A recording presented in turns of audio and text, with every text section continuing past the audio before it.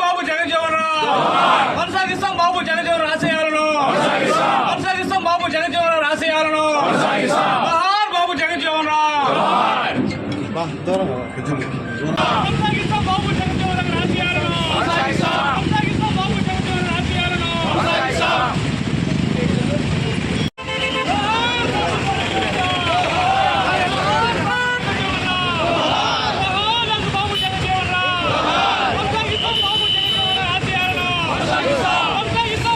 జగజ్జీవన్ ఆశయాలను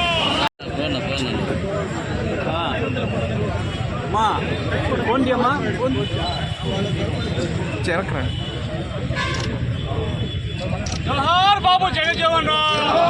జోహార్ బాబు జగజ్జీవన్ రామ్ కొనసాగిస్తాం. బాబు జగజ్జీవన్ ఆశయాలను ప్రజాస్వామ్యవాది అంటరానితనానికి రూపుమాపాలి.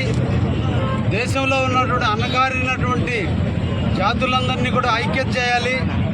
పేద బడుగు బలహీన వర్గాల్ని సామాజికంగా, ఆర్థికంగా, రాజకీయంగా తీసుకురావాలని సంకల్పంతో పోరాడినటువంటి యోధుడు బాబు జగజ్జీవన్ రావు గారు.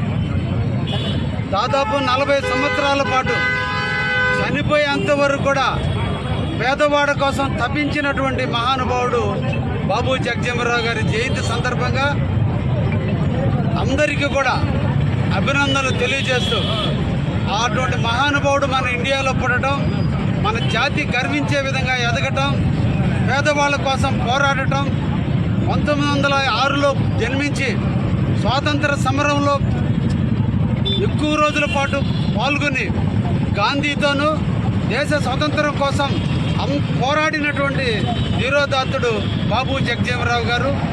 1930లోనే అంటరానితనానికి పోరాటం చేసి అంటరాని వారి అందరినీ కూడా ఇబ్బందులు పెడుతున్న తరుణంలో సమానత్వం కావాలని పోరాడిన బ్రిటిష్ వాళ్ళతో పోరాడిన వ్యక్తి బాబు జగజ్జీవన్ రావు గారు. అందుకనే 1935 సంవత్సరంలో ఇండియాలో ఎవరైతే డిప్రెస్డ్ పర్సన్స్ ఎవరైతే ఉన్నారో, అంటే ప్రజలకు ఇబ్బందులు పడుతున్నట్టు ఎవరైతే ఉన్నారో దాని మీద నేషనల్ డిప్రెస్డ్ పర్సన్స్ మీద సంస్థను స్థాపించి దేశ నలుమూలలో తిరిగి అందరినీ సమీకృతం చేసి భారతదేశానికి స్వతంత్రం వచ్చిన నాడే ఈ దేశంలో అంటరానితనం రూపుమాపడానికి అవకాశం ఉంటుందని పోరాటం చేసినటువంటి వీరుడి యొక్క జన్మదిన సందర్భంగా కావలిలో ఈరోజు జరుపుకోవడం చాలా ఆనందదాయకం.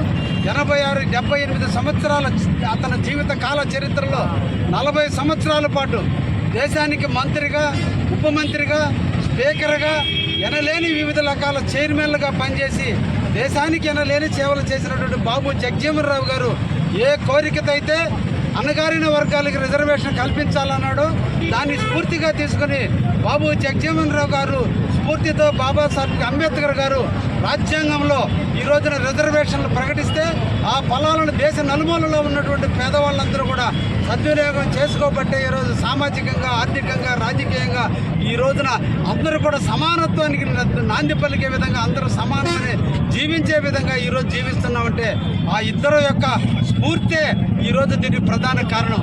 అందుకనే దేశంలో మనం పురాణాలలో శివుడు, విష్ణు, బ్రహ్మ అంటారు. అందుకని వారిద్దరు కూడా ముగ్గురు ఇప్పుడు ఈ రోజున ఒకటి బాబు జగజ్జీవన్ రావు గారి జయంతి ఈ నెల 5వ తేదీ అయితే, బాబాసాహెబ్ అంబేద్కర్ గారి జయంతి ఏప్రిల్ 14 అయితే, చంద్రబాబు నాయుడు గారి జయంతి ఏప్రిల్ 20వ తేదీ అయితే త్రిమూర్తులు పుట్టిన నెల ఈ ఏప్రిల్ నెల. అంటే దేశంలో సమానత్వానికి పాటుపడే ముగ్గురు మహానుభావులు జన్మించినటువంటి ఏప్రిల్ నెలలో ఈరోజు బాబు జగజ్జీవన్ రావు గారి జయంతిని పురస్కరించుకుని మన అందరూ కూడా వారి ఆశయ సాధన కోసం కృషి చేయాలని కావలిలో నేను ఎమ్మెల్యేగా పోటీ చేసినాడు 2 కాన్సెప్ట్లు చెప్పడం జరిగింది. కావలిలో బాబు జగజ్జీవన్ రావు గారి స్తూపాంతో పాటు భవనాన్ని నిర్మించాలని, అదేవిధంగా అంబేద్కర్ గారి భవనాన్ని నిర్మించాలని కూడా చెప్పడం జరిగింది. అతి తొందరలోనే వాటిని కూడా పూర్తి చేసి కావలిలో ఈ 2 కూడా తలమానికంగా ఉండి లైబ్రరీలు ఏర్పాటు చేసి బాబు జగజ్జీవన్ రావు గారి భవనంలో వారి జీవిత చరిత్రను ఉండే విధంగా కూడా చేస్తామని కూడా ఈ సందర్భంగా తెలియజేస్తూ అందరూ కూడా బాబు జగజ్జీవన్ రావు గారి స్ఫూర్తితో పనిచేయాలని ఈ సందర్భంగా కోరుకుంటూ సెలవు తీసుకుంటాం. ధన్యవాదాలు.